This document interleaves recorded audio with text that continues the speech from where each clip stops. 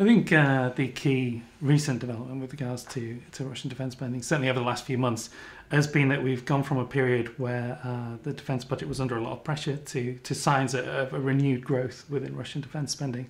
It's really the economic and fiscal downturn in Russia that caused this deterioration in defence spending.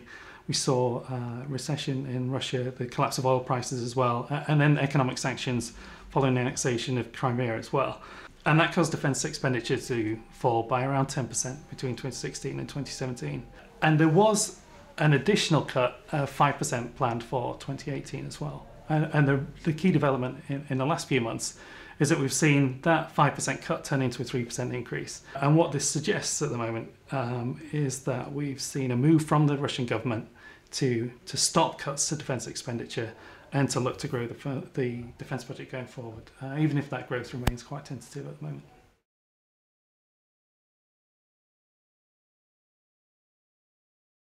I think we'll see Russian defence spending continue to increase over the next decade. Certainly, economic and fiscal conditions are improving. The economy has returned to growth. The fiscal deficit's down slightly, and we're also seeing oil prices improve gradually, which is crucial for government revenues in Russia. I think there's some strategic developments as well, the re-election of Putin and also the deterioration of relations with the West in the early parts of 2018. These are all kind of playing into the motivation for higher defence expenditure and will probably keep defence as a key priority area for the Kremlin going forward. Now, I think the budgetary environment is still very constrained. Certainly the growth will remain constrained in the short term, but we could see real terms growth return as maybe as early as 2019, and then we'll see growth accelerate after that.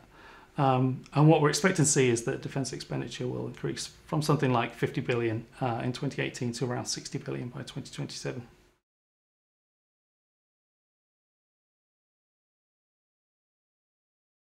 So I think it's fair to say that the impact has been negative on military modernisation, simply because there's less money available than was previously projected.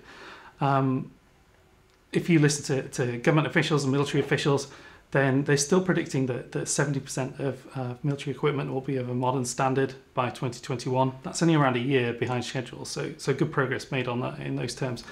But the newest version of the state armament program was released in February of this year, and that allocated 19 trillion rubles for equipment over the next decade. It was around $325 billion. And that's a lot of money, but at the same time, it's basically exactly the same amount of money that was allocated to the 2011 state armament program. And the negative impact of deflation and currency, of inflation, and currency depreciation over the last 6 to 7 years really means that it's kind of a less ambitious plan, if you like. The positive to that is that this 19 trillion ruble figure does now seem entirely realistic, which is not something we're used to seeing.